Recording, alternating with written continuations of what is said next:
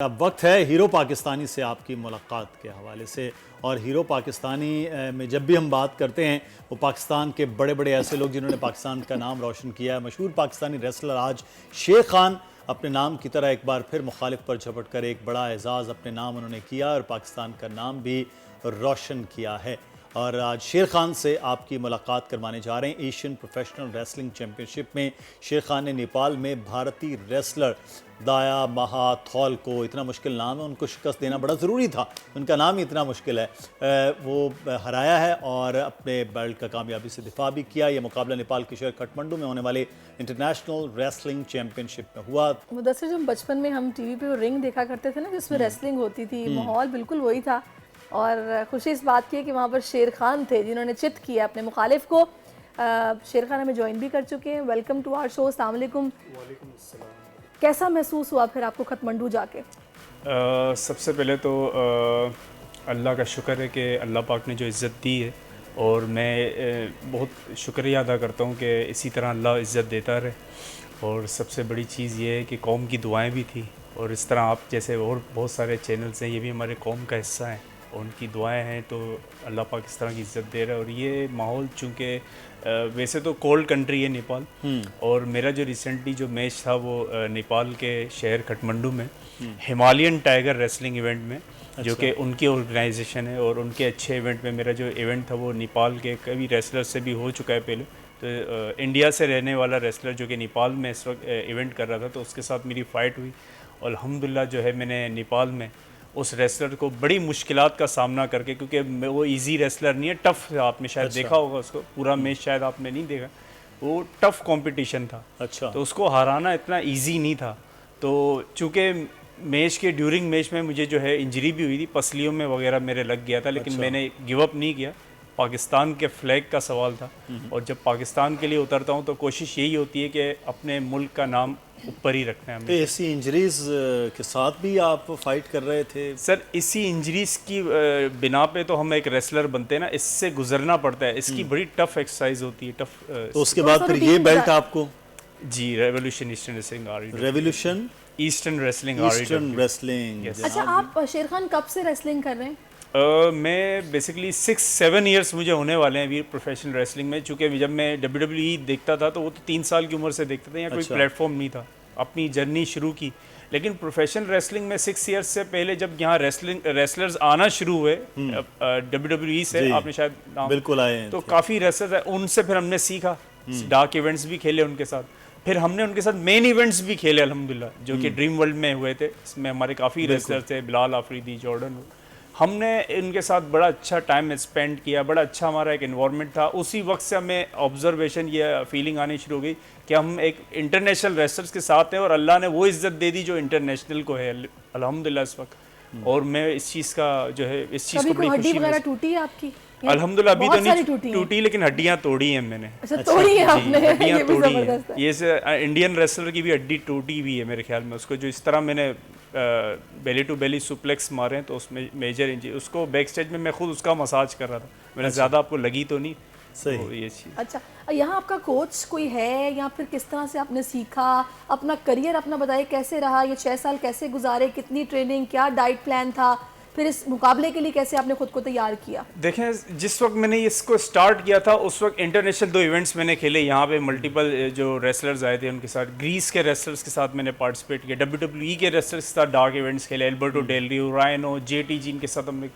अब बात यह है कि जहाँ तक इसको आगे लेकर जाना था तो वो फिर उसके लिए फाइनेंशियल आपको रिक्वायर्ड थी, तो फिर वो गवर्नमेंट ऑफ पाकिस्तान के साथ मुंसलिक हुआ। जिस तरह मैं अगर आपको बताना चाहूँ तो आज वैसे सिंध कल्चर डे भी है, और सिंध कल्चर डे के हवाले से भी मैं एक मैसेज देना चाहता हूँ कि ये हमारे सिंध का कल्चर है। और जो सिंध हुकूमत है, सिंध हुकूमत जिसका आपको पता है कि स्पोर्ट्स को सबसे ज़्यादा सपोर्ट किया, तो मुझे सिंध हुकूमत ने सबसे ज़्यादा सपोर्ट किया, जिसमें सरदार नबील कबूल साहब से लेके बंगल खान मेहर, मिनिस्टर ऑफ स्पोर्ट्स अरबाब लुत्फुल्ला, फिर सैयद नासिर हुसैन शाह साहब ने मुझे काफ़ी हद तक सपोर्ट किया, अभी भी कर रहे हैं, क्योंकि इन्होंने इंटरनेशल नेशनल सतह पे मुझे फाइनेंशियली कहा कि आपको हम सपोर्ट बड़े करें। लकी स्पोर्ट्समैन हैं और कि जो आपको मैं सपोर्ट मिली। अल्हम्दुलिल्लाह अब जो खेल कर आया हूँ, तो वो मैं कराची कमिश्नर साहब की तरफ से मैं एक स्पॉन्सर मिला, सलीम राजपूत साहब की तरफ से, मोहम्मद सलीम, तो वो देखिए ये मेरा एक घर है पाकिस्तान। अब पाकिस्तान के एक स्टार को मल्टीपल स्पॉन्सर्स की नीड होती है, जिस तरह आपने क्रिकेटर्स को देखा है कभी बैंक इस्लामी और इसके अलावा डिफरेंट स्पॉन्सर होते हैं।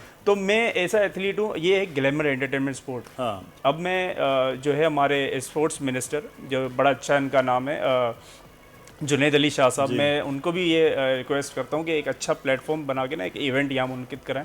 मैं आपके साथ हूँ, इंटरनेशनल सतह पे जो रेसलर बुलाऊंगा यहाँ पे, जब वो इवेंट यहाँ के लोग देखेंगे, इंस्पायर होंगे, तो वो आई थिंक शायद क्रिकेट को भी नौजवान खेलना चाहते हैं ये खेल, बिल्कुल खेलना। जब मैं इस गेम में हूँ तो आपको सबसे इम्पोर्टेंट चीज़ ये बताऊं कि WWE अमेरिका में खेली जाती है। अब दुनिया उलट कर दो तो वो खेल रहे हैं। हम अपने मुल्क पाकिस्तान में इस वक्त WWE जो है वो लोग जब देखते हैं तो वो उस स्टार्स को फोकस करते हैं। बच्चे हैं, बड़े, रोमन रेंस है, अंडरटेकर है, ड्रू मैकिंटायर है, इस तरह बहुत सारे ऐसे, रॉक है।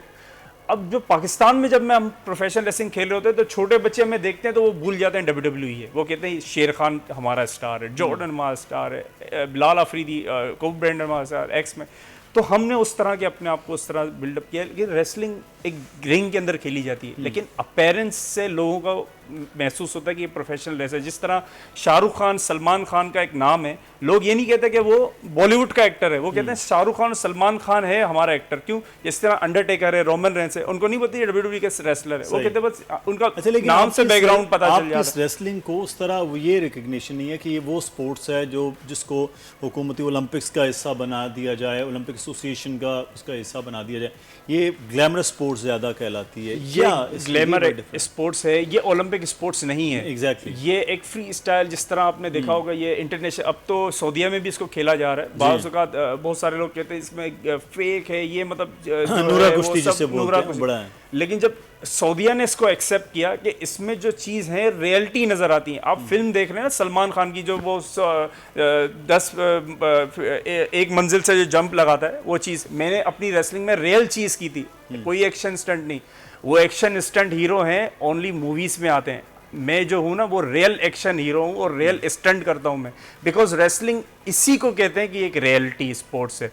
कोई इसमें कट, कैमरा, एक्शन कुछ भी नहीं होता, जस्ट रियली। आप हमारे रेसलिंग इवेंट्स को जब लाइव देखेंगे तो आप जेफ फोर्डी को देखेंगे तो सलमान खान को भूल शेर खान, मुझे ये बताएगा कि अभी आप ट्रेनिंग जब करते हैं, ज़ाहिर है इसके लिए तैयारी आपने की होगी, वो आप कितना वक्त लगा, कितने महीने लगे, फिर डाइट प्लान आप क्या फॉलो करते हैं, जरा बताएं ना नौजवानों को जो आना चाहते हैं इस तरफ। देखें, इसकी डाइट जो है वो बड़ी टफ होती है, फाइनेंशियल रिक्वायर्ड होती है, जिस तरह बॉडी बिल्डर्स को होती है। अच्छा, बॉडी बिल्डर्स से भी ज़्यादा डिफरेंट डाइट होती है। बॉडी बिल्डर्स को तो अपने आप को पोजिंग करके लोगों को शो करना होता है, मसल मेनिया, मल्टीपल।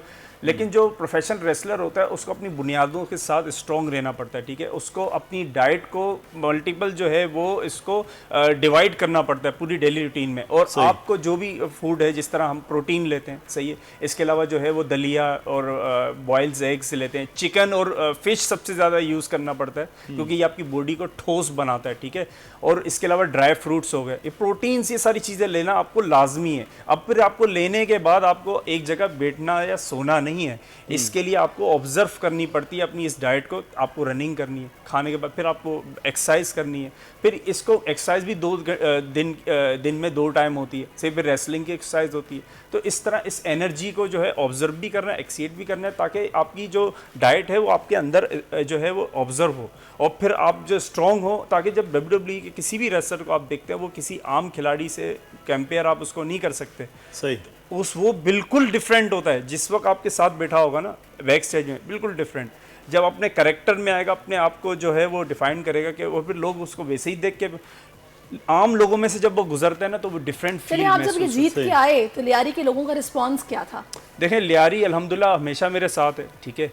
और लियारी में जो है माशाल्लाह से सिंध हुकूमत के जो भी नुमाइंदे जो भी वहाँ रहते हैं, जैसे मुर्तज़ा वाब साहब मेयर कराची, करमुल्ला वकासी साहब, और इन सब में अल्लाह भला करे खलीलूस साहब और जावेद नागौरी साहब ने बड़ा अप्रिशिएट किया, नबील कबूल साहब ने बड़ा अप्रिशिएट किया, क्योंकि ये वहाँ के जो हैं वो सिंध हुकूमत से मर्ज हैं। और मैं सबसे बड़ी चीज़ ये कहता हूँ कि जो बिलावल भुट्टो साहब का जो मिशन है ना, जिस हम खिलाड़ियों को उन्होंने जो दिया हुआ है, वो एक बड़े लेवल पे दिया हुआ है, क्योंकि वो कहते हैं कि सिंध हुकूमत में स्पोर्ट्स को मैं जितना हो सके सपोर्ट करूँगा, क्योंकि वालदा भी स्पोर्ट्स को बड़ा फोकस आपके अगले का प्लान क्या है इसके बाद?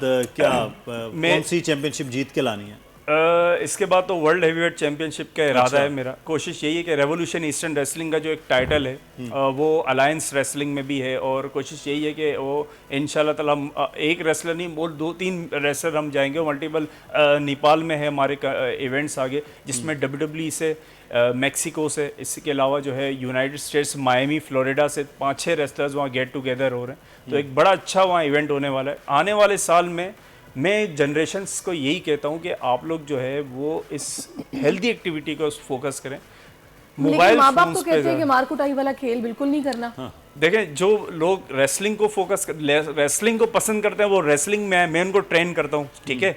बॉडी बिल्डिंग के हवाले से, फिटनेस के हवाले से चाहे तो मुझे कहें मैं ट्रेन करता हूँ। हमारे साथ एक्स मैक है, वो भी स्पोर्ट्स एथलीट जो है वो स्पोर्ट्स सेलिब्रिटीज़ को ट्रेनिंग देते हैं। सही। और बहुत सारे हमारे कैरेक्टर्स हैं इस तरह। लेकिन ये कि नौजवानों को आना चाहिए स्पोर्ट्स में। बिल्कुल। और जो सीखना चाहते हैं वो शेर खान से रब्ता करें, कह रहे हैं जी मैं रेसलिंग सिखाऊंगा। बहुत शुक्रिया शेर खान आपको, और वंस अगेन बहुत बहुत मुबारक हो आपको इतने बड़े एजाज के साथ। सब्सक्राइब करें और बेल दबाएं ताकि कोई खबर रह न जाए।